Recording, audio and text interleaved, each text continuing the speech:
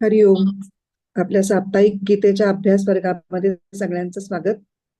चौथ्या अध्यायातला 33वा श्लोक आपला संपत आलाय. ज्ञानेश्वरीच्या काही ओव्या राहिल्या, पण तत्पूर्वी आपण नेहमीप्रमाणे प्रार्थनेने आधी सुरुवात करूया. नारायणं नमस्कृत्य नरं चैव नरोत्तमं देवीं सरस्वतीं व्यासं ततो जयमुदीरये। वसुदेवसुतं देवं कंसचाणूरमर्दनं देवकी परमानन्दं कृष्णं वन्दे जगद्गुरुं।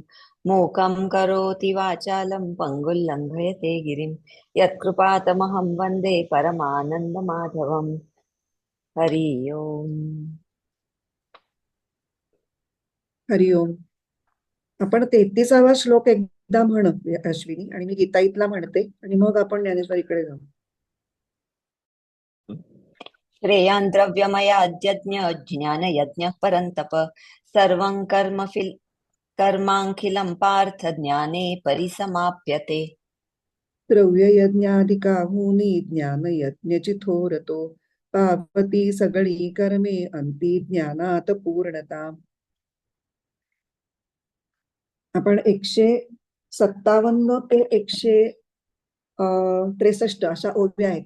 तर मागच्या वेळेला आपण पहिल्या त्या श्लोकाचं जे विवेचन बघितलं, त्याच्या दरम्यान 157 आणि 158 ह्या दोन ओव्या आपण बघितल्या. म्हणजे आपल्या श्लोकाचा पहिला भाग कुठला होता? 33व्या श्लोकाचा श्रेयान द्रव्यमयाज्ञ ज्ञानयज्ञ परंतप, म्हणजे द्रव्यमय यज्ञापेक्षा ज्ञानयज्ञ हे श्रेष्ठ आहे. एवढं सांगणारा जो पार्ट, त्याच्यावरच्या दोन ओव्या आहेत. आणि पुढचं जे आहे सर्वम कर्माखिलम पार्थ ज्ञानी परिसमाप्यते, त्याच्याविषयी आता ज्ञानेश्वर महाराज जरा जास्त विस्तृतपणे बोलतायत. त्यांनी 159 ते 163 एवढ्या ओव्या त्याच्यासाठी वापरलेल्या आहेत. आणि माधवानंदांनी त्याचं अतिशय सुंदर विवेचन करून ते आपल्याला समजावलेले आहेत. त्यामुळे आपण आता त्या बघूया. 159वी ओवी असते, देखई परमात्म सुख निधान साधावया योगी जन जे न विसंबिती अंजन उन्मेष नेत्री. म्हणजे अरे, जे ज्ञान स्फूर्तीच्या डोळ्यांना दिव्य अंजनासारखे होते आणि परमात्म सुखाचा गुप्त ठेवा सापडावा म्हणून ज्याला योगीजन कधीच दूर होऊ देत नाहीत, ह्याच्यावर आता आपण बोलूया. इथे काय म्हणतात, एक पूर्वापार कल्पना आहे की पृथ्वीमध्ये जिथे कुठे गुप्तधनाचा ठेवा लपवून ठेवलेला असेल, जो बाहेरून दिसत नसेल, तो जर दिसावा असं वाटत असेल तर एखादं विशिष्ट प्रकारचं अंजन जर डोळ्यात घालून तुम्ही तो शोधलात तर तो ठेवा तुम्हाला सापडेल, अशी एक समजूत समाजधारणा. तर त्याचा उपयोग इथे दृष्टांत म्हणून ज्ञानेश्वर महाराजांनी घेतलेला आहे.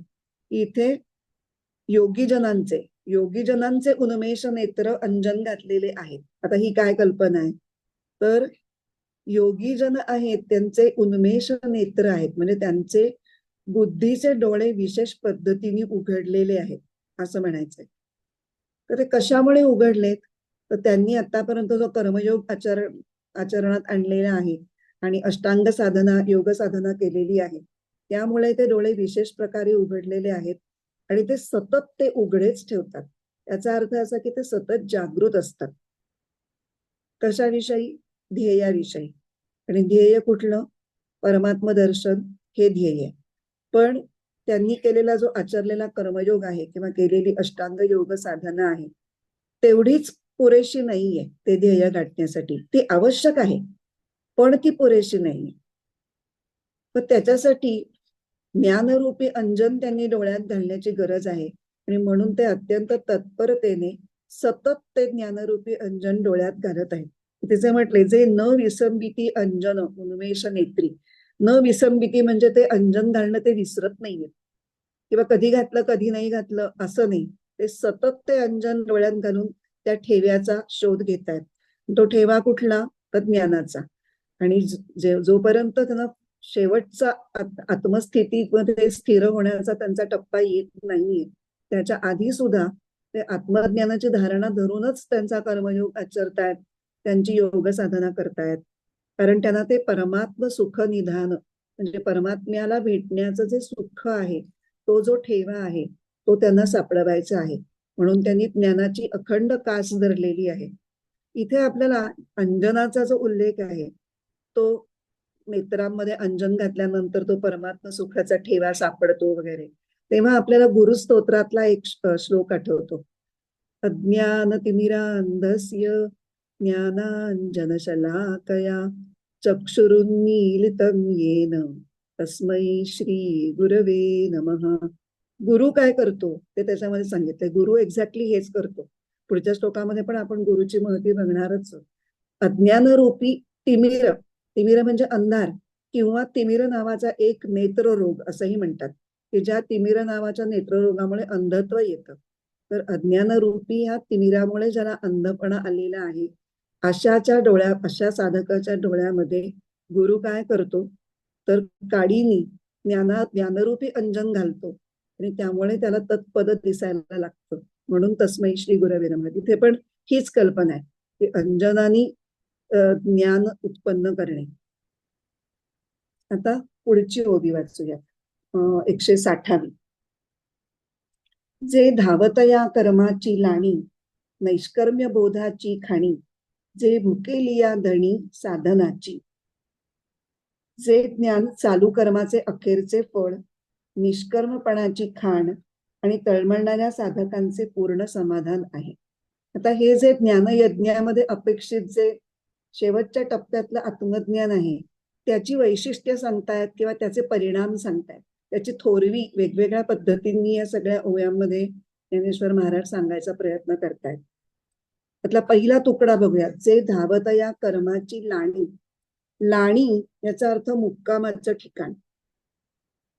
मुक्कामाचं ठिकाण अर्थातच आत्मज्ञान आहे. पण तिथे जाण्यासाठी आधी कुठली कुठली कर्म केली जातात, तर सत्संग केला जातो, संयम पाळला जातो, अजून काही सत्कर्म केली जातात, सद्गुणांची जोपासना केली जाते, पूजा अर्चा अशी काही भक्तीची कर्म केली जातात, स्वाध्याय प्राणायाम अशा प्रकारचे काही यज्ञ केले जातात. सद्गुरूंचं मार्गदर्शन घेऊन त्यांनी सांगितल्याप्रमाणे अंतरंग साधना म्हणजे नाम साधना, ध्यान साधना ही केली जाते. वेदांतामधली जी साधनेची टप्पे आहेत, श्रवण, मनन, निधिध्यासन, त्याचं आचरण केलं जातं. तर ही अशी अनेक कर्म हे साधक करीत असतो. पण हे करता करता त्याला ईश्वर प्राप्तीचा किंवा आत्मप्राप्तीचा त्याची आतली तळमळ वाढत जाते, त्याची ओढ वाढत जाते आणि त्याचा वेगही वाढत जातो. कारण तो इतका सिन्सिअरली ती साधना त्या ध्येयाला गाठण्यासाठी करत असतो की आपोआपच त्याचा वेग वाढतो. म्हणून ही जी तो त्याचं आचरणही अत्यंत शुद्ध आहे. म्हणून ते म्हणलं की त्याची जीवन कर्म आणि त्याची उपासना कर्म किंवा साधना कर्म ही सगळी त्याला परमात्म्याच्या ध्येयाच्या दिशेने वेगाने त्याची प्रगती करून देतात. म्हणून ती कर्म जणू काही परमात्म्याकडे धावत सुटतात असं वर्णन केलेलं आहे. जे धावतया कर्माची लाणी, धावणाऱ्या कर्माचं जे गंतव्य स्थान आहे ते आत्मज्ञान. आता ओवीचा पुढचा भाग, नैष्कर्म्य बोधाची खाणी. नैष्कर्म्य बोध म्हणजे काय ते आधी बघूया. साधारण आपल्याला माहिती आहे, आपण पुष्कळ वेळा नैष्कर्म्य या विषयावर बोललेलो. की सृष्टीमध्ये जे काही घडतं ते सगळं ईश्वराच्या इच्छेने तर घडतंच, पण ईश्वराच्या शक्तीने घडतं. आणि ईश्वराची शक्ती म्हणजे प्रकृती. प्रकृतीचं सगळं कर्तृत्व असतं, कुठली कृती घडणं आणि काहीतरी त्याचा परिणाम येणं. आणि तसंच मी ही सृष्टीचा एक घटकच आहे, त्यामुळे माझ्याकडून सुद्धा जे काही घडतं ते ईश्वरीय सत्तेनीच होत असतं.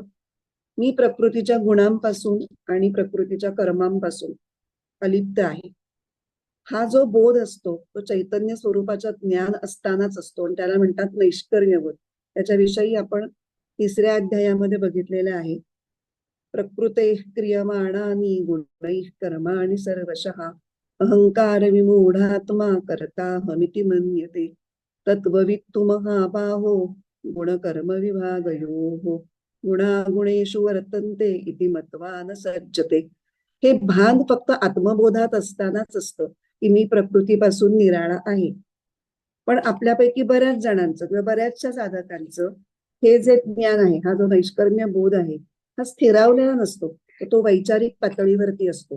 म्हणजे चैतन्याचं ज्ञान, मी चैतन्य स्वरूप आहे हेच ज्ञान जर वैचारिक पातळीवरचं असेल तर नैष्कर्म्य बोध हा सुद्धा वैचारिक पातळीवरचाच असतो. आणि वैचारिक पातळीवर असल्यामुळे काय होतं की इतर विचार कसे येतात, थोडा वेळ थांबतात, जातात. तसाच हा नैष्कर्म्याचा विचार सुद्धा येतो, काही काळ त्याचा प्रभाव राहतो आणि मग जातो. आणि मग पुन्हा आपलं येरे माझ्या मागल्या, मीच करता मीच भोगता हेच आपल्याला वाटत राहतं. एखादं प्रवचन ऐकणे पुरेसं, एखादं स्तोत्र म्हणेपर्यंत आपला हा भाव जेमतेम कसा बसा टिकून राहतो. त्यामुळे भावनेने जरी देव करता वगैरे असं म्हटलं किंवा शब्दांनी आपण म्हटलं तरी ती भावना मनामध्ये टिकून राहत नाही, ती निसटून जाते. आणि माणूस सगळ्या गोष्टीचं कर्तृत्व आपल्या डोक्यावर घेऊन, स्वतःकडे घेऊन खुणखुणत आणि कुंठत राहतो. हे तुकाराम महाराजांचे शब्द आहेत बरं का, खुणखुणणे आणि कुंठणे. थोडक्यात म्हणजे स्वतःचं अकर्तृत्व किंवा ज्याला आपण इथे नैष्कर्म्य म्हणतोय, तो चित्तात राखण्याचा कितीही प्रयत्न केला तरी ते साधत नाही आपल्याला. पण जेव्हा अंतरंग साधनेद्वारा आपली समाधी अवस्था ज्या योग्यांना प्राप्त होते त्यांना आत्मस्वरूपाचं खरं ज्ञान प्राप्त होतं. आणि त्या ज्ञानामध्ये ते स्थिरावलेले असल्यामुळे मी प्रकृतीपासून वेगळा आहे, चैतन्य स्वरूप आहे, प्रकृतीच्या गुणकर्मांपासून अलिप्त आहे, हा त्यांच्यासाठी केवळ विचार नसतो, तो त्यांचा पक्का बोध असतो, त्यांची पक्की खात्री असते. ती समज त्यांच्यामध्ये कायमस्वरूपी स्थिर झालेली असते.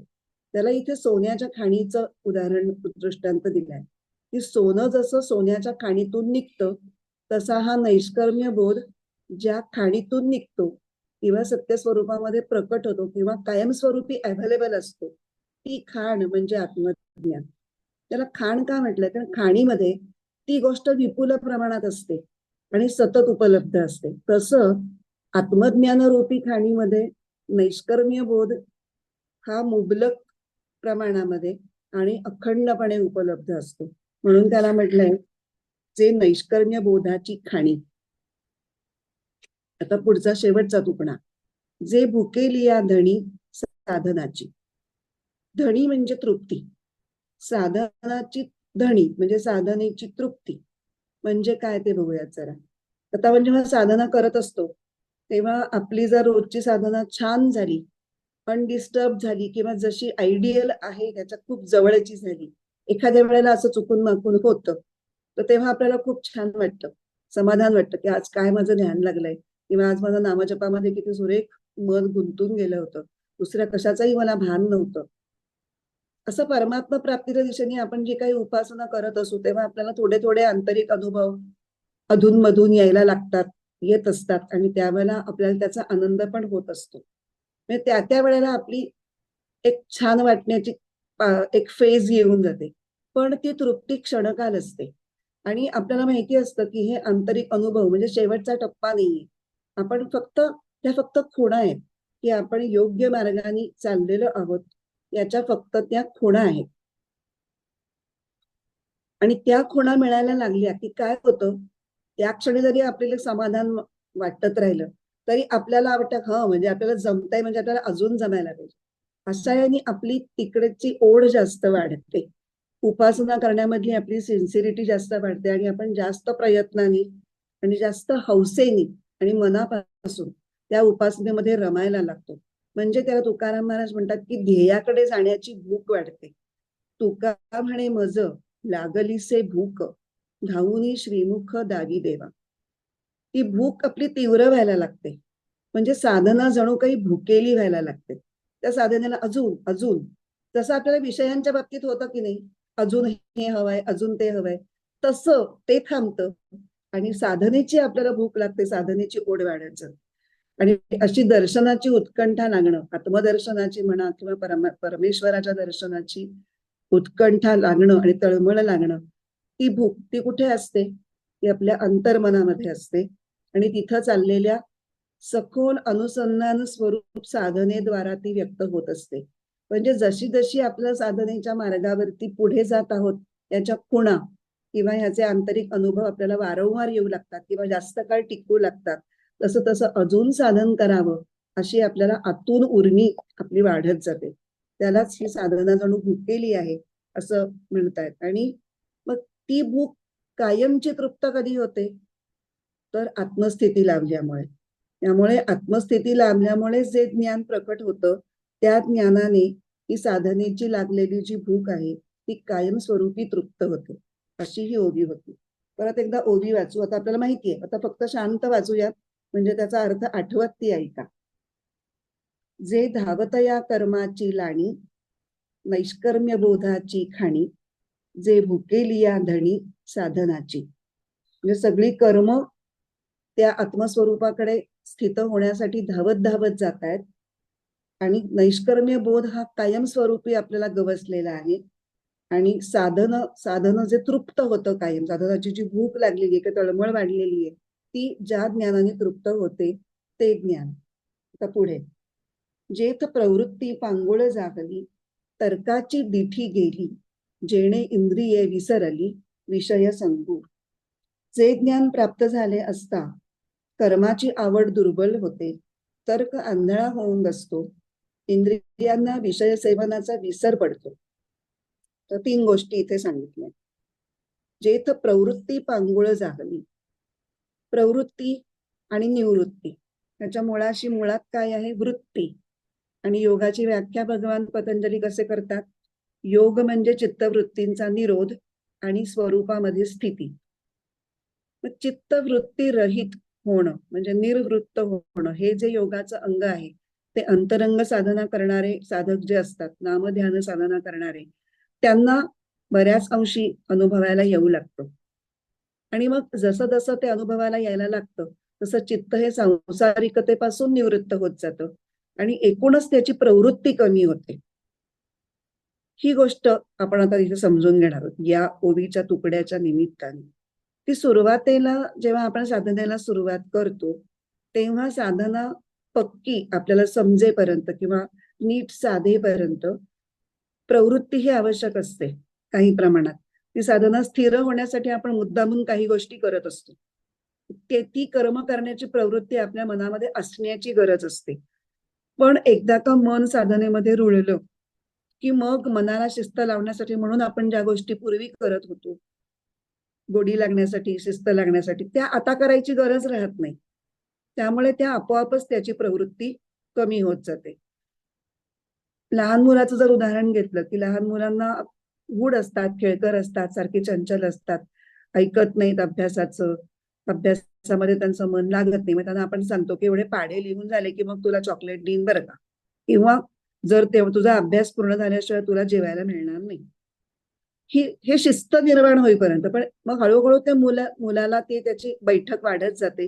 तो छान मन लावून अभ्यास करतो म्हटल्यानंतर आपण या अटी नियम हे सगळं काढून टाकतो. ते काही दररोज त्याला मग छडी घेऊन बसायची गरज नसताना छडी कशाला घ्यायची. तसंच प्रत्यक्ष साधना एकदा स्थिर झाल्यानंतर साधनेमधल्या ज्या स्थूल क्रिया ज्या पूर्वी आपण करत होतो साधनेमध्ये आपलं मन लागावं म्हणून, त्या आता करायची गरज नाही. कारण एकदा मन स्वरूपाच्या जाणीवेत स्थिर झालं की त्यासाठी करण्याच्या, स्थिर होण्यासाठी करायचे जे प्रयत्न आहेत त्यांची आवश्यकता आणि त्याच्या संबंधी प्रवृत्ती ही कमी कमी होत जाते. उदाहरण घ्यायचं जर तर समजा आपण जप करायचे असं ठरवलं तर सुरुवातीला आपलं जपात अजिबात लक्ष लागत नाही. मग आपण नुसताच जप न करता जपमाळ घेतो. मग ती जपमाळेचे मणी ओढणं किंवा काही वेळा गुरु सांगतात की तुम्ही मोठ्यांना नाम घ्या, म्हणजे वाणीनी, वैखरी वाणीनी उच्चारा आणि जे उच्चारताय ते लक्षपूर्वक ऐका आणि इकडे मणी ओढा. म्हणजे आपलं इकडे तिकडे विखुरलेलं जे मन असतं ते त्या 3 गोष्टींवर आपण एकत्रित करतो. जपमाळेचा मणी ओढणं, वैखरीनी नाम उच्चारणं आणि ते कानानी ऐकणं. पण मग हळूहळू आपलं स्थिर होत गेलं की कधीतरी वैखरीनी म्हणायचं राहूनच जातं, म्हणजे ते बंदच होतं आपोआप. पण जप थांबलेला नसतो. जप आता वैखरीतून आत शिरलेला असतो, तो मनामध्ये उतरलेला असतो. शब्दांच्या उच्चाराची प्रवृत्ती कमी होते. माळ कधी कधी गळून पडते किंवा ओढायची थांबते, ती प्रवृत्ती कमी होते. अशा अर्थाने इथे प्रवृत्ती पांगुळ झाली असं म्हणतात. आता हे साधनेच्या काळातलं आपण बोलतोय. पण एरवी सुद्धा व्यवहार काळी सुद्धा जो साधक आपल्या साधनेमध्ये पुढे पुढे प्रगती करतो तो त्याची प्रवृत्ती ओव्हरऑलच कमी होत जाते. तर तो नीती आणि धर्म यांना अनुसरून जे काही उपभोग घ्यायचे तेवढ्याच गोष्टीची त्याला प्रवृत्ती होते. पण त्याचं प्रमाण सुद्धा अत्यंत मर्यादित असतं. अवांतर मज्जा म्हणून करण्याच्या ज्या गोष्टी असतात किंवा चैनीच्या गोष्टी असतात, टाइमपास असे शब्द ज्याला आपण वापरतो, सहजच फिरत गेलो, काहीच काम नव्हतं, मग उडाणटप्पूपणा केला, हे हळूहळू कमीच होत जातं. आणि मग त्याचं मन त्याच्यामध्ये रमतच नाही त्या गोष्टीमध्ये. त्याला वाटतं की त्यापेक्षा मी जॉब करीन. म्हणजे आपण पूर्वी समजा सेल लागल्याची बातमी कळली की लागली धावत धावत जाऊन सेलमध्ये गरज नसताना खरेदी करत येऊ, किंवा कुठली ऑफर कळली एकावर एक की चालले तिकडे घ्यायला, किंवा उगाचच आता वेळ जात नाही म्हणून या मैत्रिणीला फोन कर, त्या मैत्रिणीला फोन कर. हे आता हळूहळू आपल्याला असं नाही वाटत की कशाला ह्याच्यात वेळ वाया घालवायचा आहे. त्यापेक्षा मी काहीतरी चांगलं वाचते किंवा ध्यान करायला बसते किंवा काही दुसरं जे मी ईश्वराच्या अनुसंधानात राहण्यासाठी जी काही मला गोष्ट करायला आवडतीये त्याच्यातलं मी काहीतरी करते, अशी आपली हळूहळू मनोभूमिका तयार व्हायला लागते. म्हणून एकूणच साधना आणि व्यवहार या दोन्ही काळामध्ये प्रवृत्तीचं प्रमाण कमी होतं आणि तिची चाल मंदावते. आता याच्यामध्ये आपल्याला व्यवहारात लोकांच्याकडून टोमणे वगैरे ऐकावे लागतात. तू काय बाई, तुला आता आमच्याशी बोलायला वेळच नसतो वगैरे वगैरे असं लोक टोमणे मारतात. मग त्यांना आपण काहीतरी सारवासारवी करून उत्तर द्यायची, त्यांची मनं नाही दुखवायची म्हणून. पण इव्हन बोलता बोलता जर असे विचित्र चर्चा सुरू झाल्या, दागिनी, कपडे किंवा सासू सुनांची भांडणं किंवा अजून कोणाच्यातल्या काही हेवेदावे, तर आपल्याला वाटतं नको नको आता हे बास, हे बोलून काय आहे, म्हणजे तुला तरी बोलून मी काय सांगणार नाहीये, म्हणजे मला ऐकून त्याचा काही उपयोग नाहीये, तर या वायफळ चर्चा नको, असं आपल्याला आतूनच वाटतं. तेच त्यांना इथे म्हणायचे की त्या अशी तुमची प्रवृत्ती हळूहळू त्या ज्ञानाची ओढ वाढल्यानंतर पांगळी होते. म्हणजे आणि पांगळा माणूस कसा हालचाल वेगाने करत असला तरी आवश्यक ते जीवन व्यवहार करतो. म्हणजे साधक सुद्धा आवश्यक ते जीवन व्यवहार करत असतो आणि त्याच्यातला आनंद तो घेत असतो. पण फालतू ज्या गोष्टी असतात कोणाच्याच उपयोगाच्या नाहीत त्याच्यामध्ये त्याची प्रवृत्ती कमी होत जाते. आणि हे अंतःकरण जसं जसं आत्मस्वरूपाशी युक्त व्हायला लागतं तसं तसं त्या योगस्थितीतून प्रकट होणाऱ्या ज्ञानाच्या संस्कारामुळे विशेषतः ही प्रवृत्ती पांगुळते, म्हणजे ते ज्ञान. तर आपलं काय झालं, जेथ प्रवृत्ती पांगुळ झाली. आता पुढे तर्काची दिठी गेली. दिठी म्हणजे दृष्टी, तिथे तर्काची दृष्टी गेली म्हणजे संपली किंवा अनावश्यक ठरते असं असं म्हणायचं. आता इथे तर्क म्हणजे काय आणि तर्काचा आपण वापर कधी करतो, म्हणजे उपयोग कधी असतो हे आधी बघू, म्हणजे मग ते निरुपयोगी होते म्हणजे काय ते कळेल. आता एखाद्या गोष्टीच्या स्वरूपासंबंधी किंवा एखाद्या घटनेच्या कार्यकारण भाव किंवा परिणाम ह्याच्याविषयी आपल्याला काही थोडीफार माहिती आहे, थोडा भाग आपल्याला माहिती आहे किंवा काही त्याबद्दल पूर्वीचा अनुभव आहे. तर आपल्याला जे माहिती आहे, आपला पूर्वानुभव आणि माहिती, ती गृहीत धरून आपण त्याच्यामधलं जे माहिती नाहीये किंवा जे अनुभवायला आलेलं नाहीये त्या भागासंबंधी आपण काहीतरी आपली बुद्धी विचार करायला लागते ते जाणून घेण्यासाठी की काय बरं असेल, ते केव्हा असेल, कसं असेल, का असेल, कुणी केलं असेल, असे अनेक प्रश्न आपण एका संगतीने विचारत जातो. उरलेला भाग जो आपल्याला माहिती नाही तो भाग जाणून घेण्यासाठी. तर ही जी विचार परंपरा निर्माण होते की ज्याच्यामुळे आपण शेवटी एका निष्कर्षाप्रत पोहोचतो की जे आपल्याला माहिती नव्हतं ते हे, त्याला तर्क असं म्हणतात. म्हणजे थोडक्यात काय की सत्याचा जो अज्ञात भाग आहे तो काय आणि कसा असेल ह्याचा विचार बुद्धी ज्या विचार परंपरेने करते त्याला तर्क असं म्हणतात. मग बुद्धीचा तर्क आणि मनाची कल्पना अशा दोन भाग आहेत. बुद्धी करते तो तर्क आणि मन करते ती कल्पना. आता या दोन्ही खरं म्हणजे कल्पनाच आहेत बरं का, पण तर्क हा विचार परंपरेवर आधारित असतो, त्याला काहीतरी लॉजिकल एक लिंक असते, त्यामुळे तो वास्तवाच्या जास्त जवळ जाणारा असतो. आणि कल्पना तशी असेलच असं नाही, कल्पना ही प्रत्येक वेळेला पूर्वग्रह आणि विकार ह्याच्यातून व्यक्त झालेली असते किंवा ह्याच्यातून निर्माण झालेली असते. त्यामुळे ती वास्तवाच्या किती जवळ असेल किंवा किती दूर असेल हे काही सांगता येत नाही. त्यामुळे शास्त्राच्या आधाराने जेव्हा सत्याचं ज्ञान करून घ्यायचं असेल तेव्हा बुद्धी तर्काचा वापर करते. आता आपल्याला तर्काचा वापर कुठे करायचा आहे किंवा आपण कुठे करतो हे जनरलाइज बोललो की तर्क कुठे वापरला जातो. आता आपण सर्वसाधारण जे लोक आहोत त्यांना सुद्धा देव किंवा परमात्मा असं जे काही आहे ते नेमकं कोण असेल, काय असेल, कुठे असेल, त्याचा आणि माझा काही संबंध आहे का, ह्याच्या संदर्भात आपल्याला सुद्धा उत्सुकता असते आणि आपणही त्याचा वेगवेगळ्या प्रकारे वेध घेण्याचा प्रयत्न करत असतो. मग अशा वेध घेणाऱ्या एखाद्या साधकाला शास्त्र, संत आणि सद्गुरू यांच्याकडून काही गोष्टी त्या परमेश्वराबद्दल म्हणा किंवा परमात्म तत्वाबद्दल कळतात. पण ते कसं ज्ञान असतं? माहितीजन्य ज्ञान असतं, माहिती या स्वरूपातलं असतं. ते अनुभवजन्य जर हवं असेल तर त्याच्याकरता काहीतरी साधन प्रक्रिया करावी लागते. ती साधनाची प्रक्रिया सुद्धा आपल्याला शास्त्रांमधून किंवा गुरूंकडून कळते. मग आपण ती कळल्यानंतर ती वापरायला लागतो आणि मग आपलं माहितीजन्य ज्ञान आणि त्याला दिलेली साधन प्रक्रियेची जोड ह्याच्यामधून आपण हळूहळू अनुभवजन्य ज्ञानाच्या टप्प्यापर्यंत पोचतो. तिथपर्यंत पोचेपर्यंत मधल्या जो प्रवास आहे आपला, त्याच्यामध्ये आपल्याला चिंतन आणि तर्क यांची मदत घ्यावी लागते. पण एकदा का तुम्ही त्या टप्प्याला पोचलात की मग तो तर्क सोडावा लागतो, मग त्या तर्काची गरज उरत नाही. असंच साधनेचे विविध जे टप्पे आहेत त्यातल्या एका टप्प्यापासून पुढच्या टप्प्यापर्यंत जाईपर्यंत मधल्या वाटेमध्ये तर्क तुम्हाला सोबत लागतो. पण एकदा तुम्ही पुढचा टप्पा गाठला की तो टप्पा गाठण्यासाठी जो तुम्ही तर्क वापरत होता तो तर्क आता तुमच्यासाठी अनावश्यक झाला, त्याची गरज आता संपली, तो सोडायलाच लागतो आणि मग पुढच्या टप्प्याचा प्रवास. तर याच न्यायाने सत्यतत्वापर्यंत आपल्याला पोचायचंय, सत्यतत्वाच्या प्रत्यक्ष अनुभवजन्य ज्ञानापर्यंत पोचायचंय. तर ते सत्य हे आपल्याला विचारांनी दाखवता येणार नाही, त्याचा अनुभवच घ्यायला लागतो. हे ज्ञानेश्वर महाराजांनी कसं सांगितलंय, कैसे बोटाने दाखवू तुला, घे अनुभव गुरुच्या मुला. हे तुला हे बघ, हे असं नाही तुला दाखवता येणार ते परमात्म तत्व, तुलाच अनुभव घ्यायला लागेल. मग आता हा जो अनुभव घ्यायचा आहे तो योग स्थितीमधून आत्मस्वरूपाचा अनुभव कसा येतो हे शास्त्र आणि गुरूंनी किती जरी सांगितलं आणि त्यावर किती जरी आपण तर्क लढवले तरी तर्काच्या दिठीने म्हणजे दृष्टीने ते संपूर्णपणे समजून घेता येणार नाही आणि सत्याप्रत किंवा सत्यापर्यंत पोचता येणार नाही.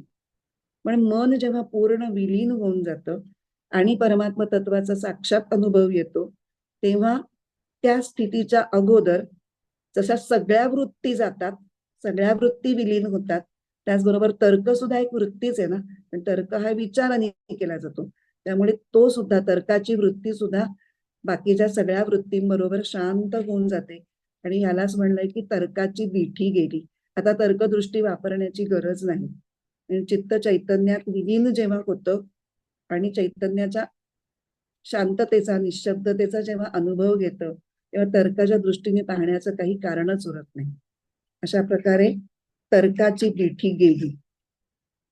आणि आता शेवटचा ओळीचा भाग, जेणे इंद्रिये विसरली विषय संगू.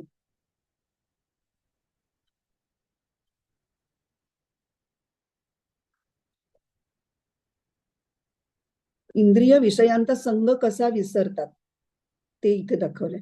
साधारणपणे सामान्य माणसाच्या जीवनामध्ये जर बघितलं तर ज्ञानेंद्रिय आणि त्यांचा विषय, ते ज्ञानेंद्रियांचा त्यांच्या त्यांच्या विषयांची संयोग होऊन त्यातून ज्या संवेदना निर्माण होतात त्याच्यातून संबंधित गोष्टीचं ज्ञान होतं.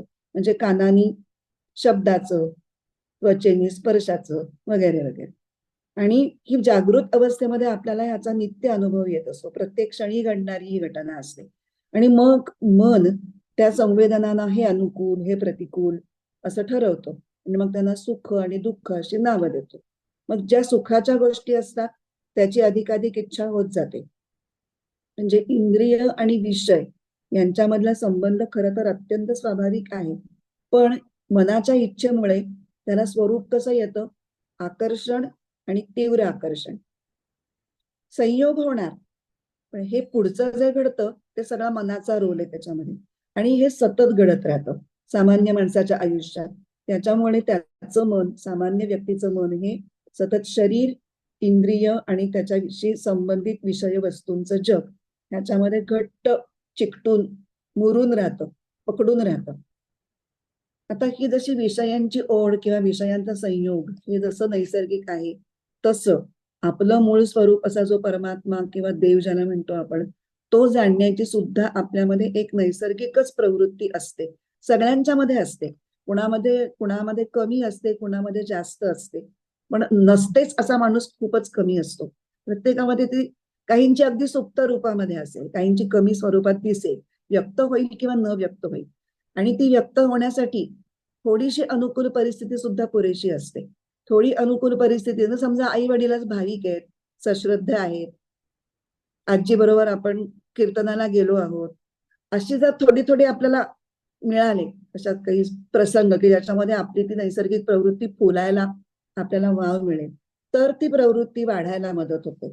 आणि मग त्याच्यानंतर जर आपल्या कर्मधर्म संयोगाने नशिबाने जर शास्त्रांचं वाचन किंवा गुरूंची भेट झाली आणि आपल्याला त्यांनी प्रेरणा दिली, त्यांच्याकडून मार्गदर्शन मिळालं, प्रेरणा मिळाली. पुष्कळ घरांमध्ये आई वडिलांचे जर गुरु असले तर मुलांनाही आपोआपच गुरु असणं, गुरूंचं ऐकणं, ही शिस्त हे आपोआपच मिळतं. किंवा जिथे धार्मिक संस्कार मिळतात किंवा सणवार साजरे केले जातात, आरत्या केल्या जातात, जे काही ठराविक एक शिस्तबद्ध परमेश्वराच्या काही गोष्टी करायच्याच असतात रोज, हे बाळकडू जर लहानपणापासून मिळालं तर ती वृत्ती आपोआप तयार होते. आणि मग शास्त्र आणि गुरु जर मिळाली तर मग फारच उत्तम, म्हणजे सोने पे सुहागा ज्याला म्हणतो आपण तसं. तर मग अंतर्मुखता वाढत जाते. आणि मग ही आपण जी मगाची बाह्य आकर्षणं म्हटली की संयोगातून आकर्षणाकडे, ती आकर्षणं हळूहळू लंगडी व्हायला लागतात, त्याच्यात ती पॉवर कमी होते आणि योगानुभवाची गोडी आवडत जाते, वेगळ्या गोष्टींची गोडी लागत जाते. आणि मग साधना काळी आणि व्यवहार काळी सुद्धा मन हळूहळू ईश्वराच्या अनुसंधानात जास्त राहण्यामध्ये रमायला लागतो, प्रेमाने ती गोष्ट होते. आणि मनामध्ये ईश्वर भाव किंवा आत्मभाव हा इतका दाटून राहतो की इतर वृत्तींना जागाच राहत नाही. याच अनुभवाचं वर्णन तुकाराम महाराज करतात. विषयी विसर पडला निशेष, अंगी ब्रह्मरस ठसावला. चित्त चैतन्याशी म्हणजे आत्मस्वरूपाशी समरस किंवा तन्मय होऊन गेल्यामुळे जे प्रकट होतं ज्ञान, त्याच्यामुळे इंद्रिय विषयांना जणू काही विसरल्यासारखीच होतात. म्हणजे त्याच्या संबंधी विषयांच्या संबंधी वृत्ती या चित्तामध्ये आता निर्माणच होत नाही. ते ज्ञान. इथे ही आपली 161वी ओवी पूर्ण झाली. आता आपण पुन्हा आपल्याला समजलंय त्याच्या प्रकाशात शांतपणे ती ओवी परत एकदा वाचू. जेथ प्रवृत्ती पांगुळ जागली, तर्काची दिठी गेली, जेणे इंद्रिये विसरली, विषय संगू. आता पुढची. मनाचे मनपण गेले, जेथे बोलाचे बोलके पण ठेले, जयामजी सापडले ज्ञेय दिसे. मनाचे मनपण गेले. मन कसं असतं? मन हे स्वभावतः चंचल असतं, संकल्प विकल्प करणारं असतं. निरनिराळ्या गोष्टींची एकदा त्याचा संबंध आला की त्याच्याविषयी ते कल्पना करायला लागतं. हे मला आवडतंय, हे मला हवंय, हे मला नावडतंय, हे मला नको, त्याची इच्छा धरेल आणि वाटेल त्या दिशेने सर्व दिशांनी ते फिरत असतं. वाटेल तिकडे, वाटेल त्या वेळी आणि वाटेल त्या वेगाने. इथे आपल्याला बहिणाबाईंची ती कविता आठवते, मन वढाय वढाय. त्याच्यामध्ये सगळी कविता नाही आता मी म्हणते, इथे फक्त ते एका ठिकाणी त्यांनी वर्णन केले की आता होतं भुईवर, आता गेलं आभायात. म्हणजे इथे आहे असं म्हणता म्हणता ते वरतीकडे गेलेलंही असतं. तर विविध भावना धरणं, विविध गोष्टींमध्ये सुख दुःख करीत बसणं, हे सगळे रजोगुणाचे परिणाम आहेत जे मनाच्या वर्तणुकीत दिसून येतात. कारण मन हे रजोगुणी आहे. चंचलता हा रजोगुणाचाच परिणाम आहे. पण साधकाच्या बाबतीत, साधक हा कर्मयोग आचरतोय, त्याच्या जीवनाला शिस्त आहे, तो उपासना करतोय, त्यामुळे त्या साधकाचं मन हे हळूहळू सात्विकतेमध्ये रमायला लागतं.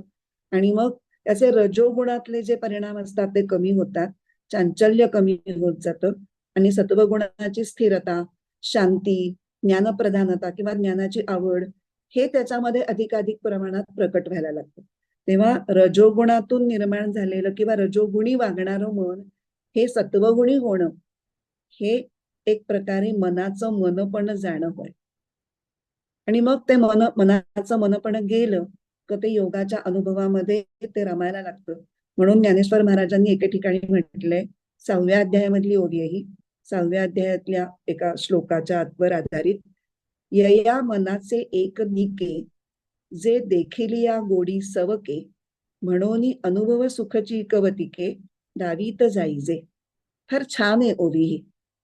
त्याच्यात काय म्हणलंय, मनाचं वैशिष्ट्य काय आहे? निके म्हणजे वैशिष्ट्य. ज्ञानेश्वर महाराज म्हणतात की या मनाचं एक वैशिष्ट्य आहे बरं का. काय वैशिष्ट्य आहे? जे देखिलिया गोडी सवके. सवकणे म्हणजे चटावणे. त्याला जर तुम्ही एखादी गोष्ट दाखवलीत, एखाद्या गोष्टीची गोडी लावायला गेलात, तर त्या गोडीला ते चटावतं. मग तुम्हाला हा मनाचा गुण कळला ना, मग त्याचा फायदा करून घ्या.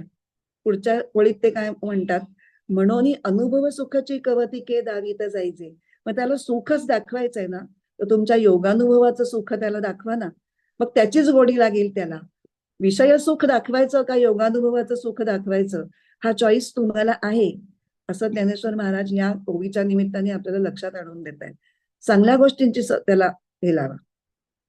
मग योगामध्ये मंत्राच्या सहाय्याने आत्मस्वरूपाचा वेध घ्यायच्या प्रक्रियेमध्ये पुन्हा हळूहळू वृत्ती कमी कमी झाल्यामुळे जो वृत्तीरहित शांत स्थितीचा जो काही अनुभव येतो, त्याला ते म्हणतात की सारखं धावून धावून दमणाऱ्या मनाला विश्रांती सुखाचा अनुभव देण्यासारखं ते आहे. म्हणून समर्थ काय म्हणतात, शिष्या एकांती बैसावे, स्वरूपी विश्रांतीस जावे.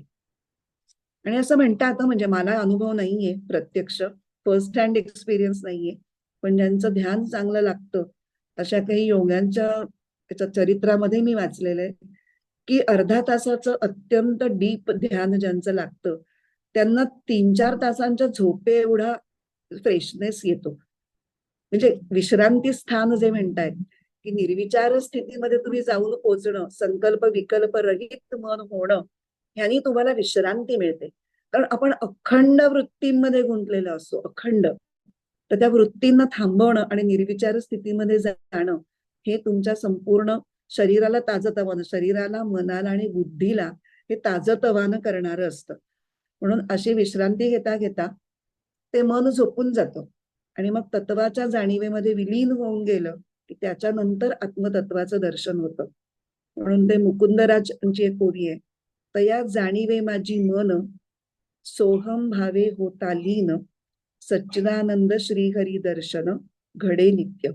कधी होणार सच्चिदानंद श्रीहरी दर्शन? म्हणजेच आपलं आत्मतत्वाचं दर्शन, जेव्हा पूर्णपणे मन लीन होईल सोहम भावामध्ये तेव्हा. त्यामुळे ही योग प्रक्रिया पुन्हा पुन्हा घडत असताना जे ज्ञान प्रकट झाल्यामुळे मनाचा स्वभावच फार बदलून जातो आणि मनाचं मन पण जातं ते ज्ञान. इथे आपण पहिला तुकडा बघितला, मनाचे मनपण गेले. आता जेथ बोलाचे बोलके पण ठेले, हा तुकडा बघायचा आपल्याला. बोल म्हणजे शब्द, तर प्रत्येक शब्दाला एक विशिष्ट अर्थ किंवा विशिष्ट भाव असतो. तो शब्द बोलला की तो भाव आपल्या मनामध्ये आपोआपच निर्माण होतो. समजा मी शब्द म्हणला धाडकन, तर धाडकन म्हटलं की एक विशिष्ट भाव मनात येतो. आणि नाजूकपणे असं म्हटलं की एक हळुवार भाव मनामध्ये निर्माण होतो. तसेच ईश्वर भाव निर्माण करणारे किंवा प्रकट करणारे सुद्धा काही शब्द आहेत, त्यांना मंत्र असं म्हणतात. त्यातले खास मंत्र जे आहेत ते म्हणजे अहम ब्रह्मास्मी, तत्वमसी, अयमात्मा ब्रह्म, हे जे साक्षात जीव ब्रह्मैक्य सांगणारे जे वाक्य आहे त्याला आपण महावाक्य म्हणतो, किंवा सोहम हा मंत्र, हा ईश्वर भाव प्रकट करणारा आणि वाढवणारे मंत्र आहे. तसंच याच जीव ब्रह्मैक्य हा भाव मनात धरून तर ओम श्रीराम असा मंत्र म्हटला तर तो सुद्धा तेच, असे मंत्र सुद्धा तेच ज्ञानमय भाव हे प्रकट करतात. पण तेव्हा मनामध्ये राम म्हणजे आत्माराम, राम म्हणजे सगुण साकार राम असं नाही. राम म्हणजे आत्माराम या भूमिकेतून जर तुम्ही श्रीराम जय जय राम म्हटलात तर तेच भाव तुमच्या मनामध्ये निर्माण होतात. आणि मग त्या मंत्राच्या सहाय्याने तेव्हा जेव्हा तुम्ही मंत्र जप करता तेव्हा मनामधल्या परत वृत्ती निघून जातात. आता बघूयात, काही गोष्टी ना त्या प्रत्येक ओवीमध्ये रिपीट होत आहेत की मन शांत करण्याची प्रक्रिया जी आहे त्या प्रक्रियेतून हे आत्मज्ञान होणार आहे ही बॉटम लाईन आहे. ते सूत्र सगळीकडे गुंफलेलं आहे, त्या सूत्रामध्ये सगळ्या गोष्टी, सगळी वैशिष्ट्य महाराजांनी, ज्ञानेश्वर महाराजांनी गुंफलेली. त्यामुळे ती रिपिटेशन आहे, पण त्याला इलाज नाही, कारण तीच प्रक्रिया आहे. ती प्रक्रिया सोडून तिथे पोचताच येणार नाहीये. त्यामुळे ते करता करता, ते प्रक्रिया करता करता काय काय फायदे होत आहेत किंवा काय काय परिणाम शरीरावर, मनावर, बुद्धीवर होत आहेत, हे आपण आता बघत चाललोय. तर जेव्हा मंत्र जपानी अशा पॉवरफुल ईश्वराचे भाव जागृत करणाऱ्या भावनेनी म्हटलेल्या मंत्रांनी जेव्हा जप होतो, तेव्हा मनामधल्या वृत्ती शांत होत जातात आणि सगळ्या वृत्ती शांत झाल्यानंतर आत्मस्वरूपाची जाणीव जेव्हा स्पष्ट होते आणि मग ती संपूर्ण चित्ताला पुष्कळ काळ व्यापून राहते, तेव्हा आपोआपच मंत्र जप कमी होतो. मग अशी जे आपण उदाहरण दिलं होतं ते प्रवृत्ती पांगुळते, मंत्र जप करण्याची प्रवृत्ती पांगुळते आणि जप हळूहळू हळूहळू बंद होतो. म्हणजे ते बोल, शब्द हे लयाला जातात. कुठलेच तर ते थोडेसेच, म्हणजे आपल्याला अगदीच शब्दरहित अवस्थेची सवय नसते, त्यामुळे तेवढे आधारा पुरेसे. पण मधून मधून जागून हा परत आपल्याला म्हणायचं होतं नाही का, असं म्हणून आपण परत सुरू करतो. पण ती थोडे थोडेच होत, म्हणजे एकंदरीत त्याचं बोलकेपण, या शब्दांचं बोलकेपण हे हळूहळू निघून जायला लागतं. आता हे झालं मंत्र जपाच्या बाबतीत. पण प्रत्यक्ष सुद्धा व्यवहारामध्ये आपलं बोलणं थोडं कमी होत जातं. जिथे खरंच बोलून उपयोग आहे तिथेच बोलूयात असं आपल्याला आतूनच जाणवायला लागतं. नाही तिथे आपण वचा वचा वचा जे बोलत असतो ते आपण बोलण्याची प्रवृत्ती पांगुळते. बोलाचे बोलके पण ठेले. ज्ञानी व्यक्ती जर बघितल्या ना, तर त्या कमीच बोलणाऱ्या असतात. जोपर्यंत तुम्ही त्यांना अगदी बोला म्हणून आग्रह करत नाही किंवा सांगा म्हणत नाही, तोपर्यंत त्या शांत असतात. कुणी विचारलं तर सांगावं आणि उपयोग असेल तरच, आणि तेही अत्यंत मोजक्या शब्दात. हे त्यांच्या स्वभावातच भिनलेलं असतं, कारण ते आत्म अनुसंधानात असतात. आपल्याला कळत नाही की हे काय एवढे गप्प असतात. आता कदाचित आपल्याला कळेल की ते का, आणि आपणही तसंच कसं व्हायला पाहिजे असं सुद्धा आपल्याला थोडं थोडं वाटायला हरकत नाही. त्याचं त्यांनी उदाहरण एक छान दिलंय की आपण एखाद्या माणसाला भेटायला जाणार असू, तर तो त्याची सकाळी ठरवलं की आपण 4 वाजता अमक्या तमक्याला भेटायचंय, तर त्याला भेटायला जाऊपर्यंत आपल्याला असं त्याचं नाव सारखं डोक्यात, मला हे गौतम पाटलांना मला भेटायचंय, हे ऍडव्होकेट आहे त्यांना मला भेटायचं. पण जेव्हा आपण प्रत्यक्ष त्या गौतम पाटलांच्या समोर उभे असू, ते बसलेले असू, तेव्हा आपण त्यांचं नाव आपल्या मनामध्ये येतं का? काही कारणच नाही ना, त्याची गरजच नाही. आता प्रत्यक्ष भेट झाली, आता कशाला? तसंच ते मंत्र जपाचं आहे. त्यामुळे योगानुभवातून प्रकट होणाऱ्या ज्या ज्ञानामुळे बोलाचे बोलके पण ठेले, म्हणजे जागच्या जागी स्तब्ध होऊन राहतं, ते ज्ञान. आणि तो शेवटचा तुकडा, जया माझी सापडले ज्ञेय दिसे, तो या बोलाचे बोलकेपण ठेलेच्या परिणामाचाच भाग आहे. की बोलाचं बोलकेपण थांबल्यानंतरच ज्ञेय सापडणार आहे. ज्ञेय म्हणजे काय? जे आपल्याला जाणायचंय ते परमात्म तत्व किंवा आत्मतत्व. मग ते सापडले असं म्हटलंय, म्हणजे ते हरवलेलं होतं का? परमात्म तत्व तर कुठे जात नाही का कुठे येत नाही, ते कुठे हरवणार आहे? ते सगळीकडेच भरून राहिलेलं आहे. पण जे सगळीकडेच भरलेलं आहे तर जाणवत नाहीये ना आपल्याला, म्हणजे आपल्यासाठी ते हरवल्यासारखंच आहे. म्हणजे आपल्या ज्या इतर भ्रामक समजुती आहेत, तज्ज्ञानजन्य कल्पना आहेत जगाबद्दलच्या, परमेश्वराबद्दलच्या, ह्याच्यामुळे ते झाकलं गेल्यासारखं वाटतंय आणि त्यामुळे आपण ते सापडवण्याकरता त्याचा वेध घ्यायला सुरुवात केली. मग ती वेध घ्यायला सुरुवात करताना आधी माहिती गोळा होते. म्हणजे काय? माहिती कुठल्या फॉर्म मध्ये असते? शब्द या फॉर्म मध्ये असते. शब्दांनी आपल्याला गोष्टी कळतात, ते शब्द गोळा केले जातात. पण त्या गोळा केलेल्या शब्दांपेक्षा प्रत्यक्ष त्या परमात्म तत्वाचा अनुभव हा नेहमीच वेगळा असतो. आत्मतत्व आहे तिथेच आहे, पण अज्ञानाच्या कल्पना किंवा विचार आणि त्याचबरोबर ज्ञानाच्या कल्पना आणि ज्ञानाचे सुद्धा विचार, शब्द, ह्याच्या ढिगाऱ्याखाली त्या लपलेल्या आहेत. ते झाकलं गेलेलं आहे. खूप शब्दज्ञान सुद्धा कधी कधी अडसर बनतं. शब्दज्ञानाबरोबर म्हणून अनुभव घेण्यासाठी ही जी साधना करा म्हणतात ना, फक्त वैचारिक ज्ञान नाही, मग खूप सगळं शब्द बंबाळ होऊन जातं. ते त्या शब्दांमध्येच माणूस अडकतो. त्याच्यावरतीच तुम्ही चर्चा करणार, त्याच्यावरतीच वाद घालणार, तेच लिहिणार, तेच ऐकणार. त्या शब्दांची शेवटी सालपट आहेत ना, ती ती सालपट फोलपट सोडून आतल्या गाभ्यापर्यंत पोहोचण्यासाठी मौन, ध्यान, नाम ह्याचाच पुन्हा आधार घ्यावा लागतो. आणि मग जेव्हा तुम्ही ह्या अंतरंग साधनांचा आधार घ्यायला लागता, तेव्हा मग परत सगळ्या वृत्ती, ज्ञानाच्या सुद्धा आणि अज्ञानाच्या सुद्धा वृत्ती त्यांच्या शब्दांसकट जेव्हा चित्तावरून दूर होतात, तेव्हा त्या वृत्तींचं अधिष्ठान काय असतं? चैतन्य. ते चैतन्याचं भान तुम्हाला तेव्हा होतं. आपण उपदेशसार जेव्हा शिकलो होतो तेव्हा ही सगळी प्रक्रिया बघितली होती, की सगळ्या वृत्तींच्या मुळाशी अनेक वृत्ती आहेत असं वाटतं, पण त्या वृत्तींच्या मुळाशी खरं म्हणजे एकच वृत्ती. आपण असे आत आत निघालो की एकच वृत्ती असते, ती म्हणजे अहम वृत्ती. आधी सगळ्या इदम वृत्ती असतात. इदम वृत्तीपासून तुम्ही अहम वृत्तीपर्यंत जाता आणि ही अहम वृत्ती कुठून आली असा जेव्हा तुम्ही शोध घेता तेव्हा तुम्ही फायनली चैतन्यापर्यंत पोचता. आणि जेव्हा चैतन्यापर्यंत पोचता तेव्हा ती अहम वृत्ती सुद्धा गळून गेलेली असते. अयमहम कुतो भवती चिन्वतः ऐपतत्यहम निज विचारणम असा उपदेश सारातला श्लोक आहे.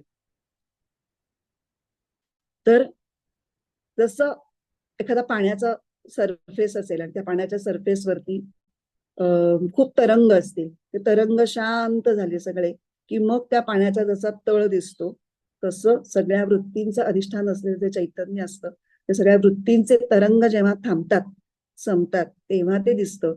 पण अगोदर जे शब्द जे बोलत होते, त्या बोलांचं बोलकेपण पण आता स्तब्ध झालं आणि त्यामुळे मूळ चैतन्य स्वरूपाचं दर्शन आपल्याला घडू शकतं.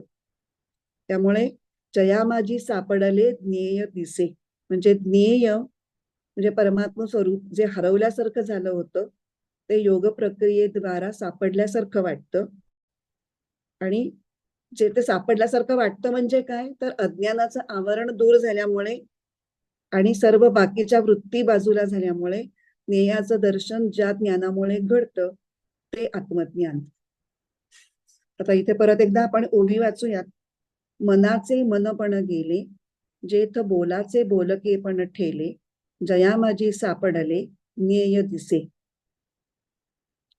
आता शेवटची ओवी. जेथ वैराग्याचा पांगू फिटे, विवेकाचाही सोसू तुटे, जेथ न पाहता सहज भेटे आपण पे.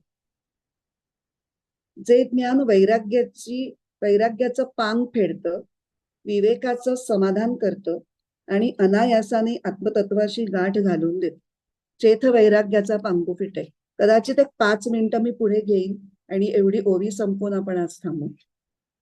पांग या शब्दाचे 2 अर्थ आहेत. एक म्हणजे उपकार आणि दुसरं म्हणजे अपूर्णत्व. उपकार या अर्थाने आपण व्यवहारामध्ये पण पुष्कळ वेळेला त्याआधी आपल्या आईच्या कष्टाचे पांग फेडले, म्हणजे आईने जे कष्ट केले होते त्याचे त्यांनी भरपाई केली अशा अर्थाने. तर आता आणि इथे या ओवीमध्ये हे दोन्हीही अर्थाने ज्ञानेश्वर महाराजांनी हा शब्द वापरलेला आहे, पण दोन्ही अर्थ तितकेच चपखल लागू पडतात. आता साधक जेव्हा शुद्ध आचरण, कर्मयोग, साधना वगैरे हे सगळं करत असताना त्याला अजून एक गोष्ट करायची असते, ती म्हणजे त्याची उपभोगात्मक आसक्ती कमी करायची असते आणि विषय वस्तूमधलं महत्व पण कमी करायचं असतं. आणि हे वेगळ्या अंतरप्रयत्नांनी, म्हणजे त्याला आतून पुन्हा वेगळे प्रयत्न करावे लागतात. नुसतं म्हणजे कर्मयोग आणि साधना केली म्हणजे हे कमी होईल असं होत नाही, त्याला वेगळे प्रयत्न करावे लागतात. तर आसक्ती आणि ममत्व सोडण्याची जी मनोभूमिका, त्याला म्हणतात वैराग्य. आणि साधनेमध्ये परमतत्वावर लक्ष केंद्रित करताना त्या तत्वाचा भाव सतत मनात धरून ठेवणं, त्या तत्वाच्या अस्तित्वाला असं आपण अखंड धरून राहतो धारणेने, त्या प्रक्रियेला म्हणतात अभ्यास. आणि ते वाढायला लागलं, तो अभ्यास वाढायला लागला की इतर सांसारिक गोष्टी त्याच्या आधारे सोडून दिल्या जातात, त्याला वैराग्य असं म्हणतात. अभ्यास आणि वैराग्य या 2 गोष्टी या हातात हात घालून जातात, बरोबरच साधतात त्या. आणि म्हणूनच योगसूत्रामध्ये अभ्यास वैराग्याभ्याम तन्निरोधा असं एक सूत्र येतं आणि तेच सोप्या शब्दात गीतेने सांगितलेलं आहे 6व्या अध्यायात. अभ्यासेन तु कौंतेय वैराग्येन च गृह्यते. असं चंचल मनाला कसं काबूत आणायचं त्यासाठी सांगतात. तर चंचल मनाला काबूत आणलं की मगच चैतन्याचा अनुभव येणार आहे. चित्त हरपले अवघे चैतन्याची झाले, हा फायनल अनुभव आहे. त्या स्थितीपर्यंत जाण्यासाठी ज्ञानेश्वर महाराजांच्या शब्दात वैराग्य सख्याची साथ आवश्यक आहे. म्हणजे त्या प्रवासात वैराग्याची सोबत तुम्हाला लागणारच आहे. तो वैराग्य सोबतीला असल्याशिवाय तुम्हाला तिथे पोचता येणार नाही. म्हणून ते म्हणतात वैराग्य तुमच्यावर एक प्रकारे उपकार करते. आणि मग उपकार जेव्हा होतात, म्हणजे एखाद्याने दुसऱ्या एखाद्याला कोणत्या तरी महान उद्देशाच्या पूर्तीसाठी जर काहीतरी भरीव मदत केली, तर मग ज्यांना मदत केली असेल त्यांनी विलक्षण प्रयत्नांनी ज्या उद्देशासाठी मदत केली आहे तो उद्देश सफळ करूनच दाखवला, तर ते त्याचे पांग फिटतात. बरं झालं मी तुला एवढं केलं, तू हे करून दाखवलं, असं जसं होतं तसं आत्मज्ञान प्राप्तीच्या बाबतीत वैराग्याने जी मदत केली आहे ते उपकारांचे पान कधी फिटणार? आत्मज्ञान प्राप्त झाल्यानंतरच. म्हणून वैराग्याचे पांग फिटे असं म्हणलंय. आणि दुसरा अर्थ की काय दुसरा अर्थ होता अपूर्णत्व. अपूर्णत्व तर आता वैराग्याच्या सुद्धा वेगवेगळ्या पातळ्या असतात. एकदम कडकडीत वैराग्य नाही येणार आपल्याला. सुरुवातीला आपण वैराग्य साधण्यासाठी जेव्हा प्रयत्न सुरू करतो तेव्हा सर्व आकर्षणांपासून चित्ताला दूर ठेवण्याचा आपण अगदी आटोकाट प्रयत्न करतो आणि कसं बस खूप प्रयत्नांनी थोडंसंच साध्य होतं. त्याला म्हणतात यतमान वैराग्य. वैराग्य ते तुम्ही प्रयत्न करताय, प्रयत्न करून करून कसं बस साधलेलं वैराग्य. मग हळूहळू आपल्याला मनाच्या नियंत्रणाचा सराव होतो, आपली साधना पुढे जाते. मग थोडं थोडं आपल्याला मन ताब्यात आल्यासारखं वाटतं, त्याला वशीकार वैराग्य म्हणतात. आणि मग त्याच्यानंतर वशीकार वैराग्याच्या स्टेजला काही काही आकर्षण ही बुद्धीमध्ये सुप्त रूपाने असतात पण ती प्रकट होत नसतात. पण बुद्धी या एकाच इंद्रियाच्या आश्रयाने ती आकर्षण राहतात. त्याला एकेंद्रिय वैराग्य म्हणतात. म्हणजे बुद्धी नावाच्या एकाच इंद्रियाचा आश्रय घेऊन ते राहतं. हे अगदी सूक्ष्म बीज रूपाने असतं. पण जर विषयाच्या उपभोगाला अनुकूल परिस्थिती निर्माण झाली तर ते कधी डोकावेल, त्याला अंकुर फुटेल, पालवी फुटेल ते सांगता येत नाही. ती शक्यता असते की कधीतरी त्याला पालवी फुटू शकते. पण जेव्हा पुढे योग साधना अजून पुढे करत राहिली आणि तर आत्मतत्वाचं जेव्हा दर्शन होतं तेव्हा मात्र ते जे बीज रूपाने असतं ते बीज सुद्धा भाजल्यासारखं होतं आणि मग ते अंकुरू शकत नाही या लेवलला जातं. तेव्हा ते परवैराग्य या फायनल स्टेजला पोचतं. पहिलं यतमान, मग वशीकार, मग तिसरं एकेंद्रिय आणि फायनल जे आहे ते परवैराग्य. तर ज्या तत्वदर्शनाच्या ज्ञानाने वैराग्याची अगोदरची सूक्ष्म आणि अपूर्ण स्थिती म्हणजे पांग फिटून ते पूर्णत्वाला येतं आणि वैराग्याने त्या प्रवासासाठी केलेल्या मदतीचा उपकार जे उद्दिष्ट पूर्ण झाल्यानंतर फिटतं ते ज्ञान. आता विवेकाचाही सोसू तुटे. इथे झालं हे वैराग्याचा पांगू फिटे, विवेकाचाही सोसू सुटे. तर विवेक आणि वैराग्य ही एकमेकांची भावंड असल्यासारखी आहेत. तेव्हा मनाला नको त्या वृत्तींपासून सोडवण्यासाठी वैराग्याची तलवार वापरली जाते. आपल्याला 15व्या अध्यायातला तो श्लोक सगळ्यांना माहिती असेल. अश्वत्थमेनम सुविरूढ मूलम असंग शस्त्रेण दृढेन चित्वा. पण फक्त ती तलवारच पुरत नाही, त्याला विवेक हा ढालीसारखा पण काम करतो. वैराग्याची तलवार आणि विवेकाची ढाल अशी जोडी जेव्हा असेल तेव्हा ते असं म्हणजे संघाशी युद्ध होऊ शकतं. त्यामुळे विवेक म्हणजे काय, तर मनाला अयोग्य काय अयोग्य काय असं नुसतं सांगून पुरत नाही, त्याला योग्य काय तेही सांगावं लागतं. आणि मग अयोग्य आणि योग्य ह्याच्यामधली निवड करण्यासाठी सुद्धा मदत करायला लागते. तर विवेक ही मनाला सतत मदत करत असते. जसं वैराग्य जसं मदत करत असतो संघापासून सोडवायला, तसं योग्य गोष्टी चूज करण्यासाठी विवेक मदत करत असतो. आणि मग ते करता करता विवेकाला सतत मनाला उपदेश करण्याची एक सवयच जडते. गरज नसताना सुद्धा विवेक लुडबुड लुडबुड करतच असतो. कधी कधी कळायला लागतं. जेव्हा आता विवेकाची सुद्धा गरज नाही, म्हणजे विवेकाला मनाला उपदेश करण्याचा जो प्रयत्न करण्याची जी हौस असते त्याला सोस असं म्हटलंय या ओवीमध्ये. आणि तत्वदर्शन एकदा झालं की मनाला स्वतःलाच कळायला लागतं. त्यामुळे विवेकाने सांगण्याची आवश्यकता राहत नाही. म्हणून ज्या ज्ञानाने हा विवेकाचा सोस तुटतो ते ज्ञान. आणि आता शेवटचं, जेथ न पाहता सहज भेटे आपण पे. आता ज्ञानेश्वर महाराजांनी योगज्ञानाची प्रक्रिया ज्ञानेश्वरीमध्ये अनेक ठिकाणी सांगितलेली आहे. आणि योग साधनेमध्ये इंद्रियांचा निग्रह करून इंद्रिय शांत किंवा स्थिर ठेवली आणि त्याच्या संबंधित इंद्रिया संबंधीच्या वृत्ती सगळ्या शांत झाल्या म्हणजे मग चित्त हे स्वला भेटायला निघतं. तोपर्यंत ते स्वपासून बहिर्मुख असतं. ते आता योग साधना सुरुवात केल्यानंतर ते अबाउट टर्न करतं, म्हणजे विषयांपासून वळतं आणि आत बघायला लागतं. परतोनी पाठे मोरे ठाके आणि आपण या ते आपण देखे, देखत खेव बोळखे म्हणे तत्व हेनी. अशा रीतीने स्वतःच स्वतःला पाहणं म्हणजे स्ववरती अवधान केंद्रित करणं. त्या प्रक्रियेतून स्वस्वरूपाचं ज्ञान होतं. म्हणजे जेव्हा आता इथे ना, हे तर आपणासी आपण पाहणे असं आहे, पण या ओळीत काय म्हणलंय, न पाहता सहज भेटे, म्हणजे पाहणंच कॅन्सल करून टाकलं. तर हे आपल्याला कळत नाही, मग पाहणं कुठे गेलं. इथे निदान आपण आपल्याशी आपणच आपणाशी पाहणे असं तरी आहे. तर ज्ञानाच्या दृष्टीने पाहणं हा शब्द वापरला हे लक्षात घ्यायचं. पाहणं म्हणजे जाणणं आणि योग प्रक्रियेमध्ये पाहणं म्हणजे अवधान केंद्रित करणं. आता अवधान म्हणजे जाणण्याच्या भूमिकेतून लक्ष केंद्रित करणं. मग स्वकडे पाहताना पाहणाराही मीच आणि पाहतो आहे तेही मलाच. आता पाहणारा आणि जे पाहतोय याच्यामध्ये काहीतरी जर अंतर असेल तरच पाहण्याची क्रिया घडू शकते. त्रिपुटी पाहिजे ना, पाहणारा, जे पाहायचंय ते आणि पाहणं. आता इथे पाहणारा म्हणजे द्रष्टाही मीच आणि दृश्यही मीच, तर दर्शन घडण्याची प्रक्रिया कशी घडेल, तेच इथे म्हणतायत की पाहण्याची आता गरजच उरत नाही, कारण आता वेगळे पण संपलं. मीच त्याच्याशी जाऊन मिळालो तर पाहणार कोणाला, कोण कोणाला पाहणार. हे याच अर्थाची श्रुती बृहदारण्यकामध्ये येते की जेव्हा तुम्ही आत्मस्वरूपात मिसळून गेलात तर आता कोण कोणाला पाहणार, कोण कोणाला ऐकणार, कोण कोणाचा वास घेणार, कोण कोणाची चव घेणार, कोण कोणाचा विचार करणार. आता वेगळेपण राहिलंच नाही. अद्वैत पूर्ण साधल्यानंतर, चित्त पूर्ण चैतन्यात विलीन झाल्यानंतर ते चित्त बघणार कुणाला.